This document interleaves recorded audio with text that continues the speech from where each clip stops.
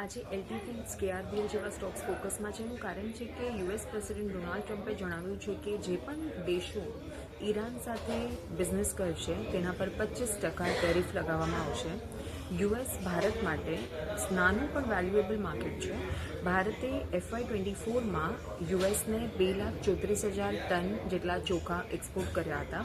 હવે ભારત અને ઈરાન વચ્ચે જે બિઝનેસ છે એને સમજવાની કોશિશ કરીએ તો ભારત માટે ઈરાન જે છે તે એક ખૂબ જ મહત્ત્વનું ડેસ્ટિનેશન માનવામાં આવે છે, ખાસ કરીને ભારતીય બાસમતી ચોખા માટે.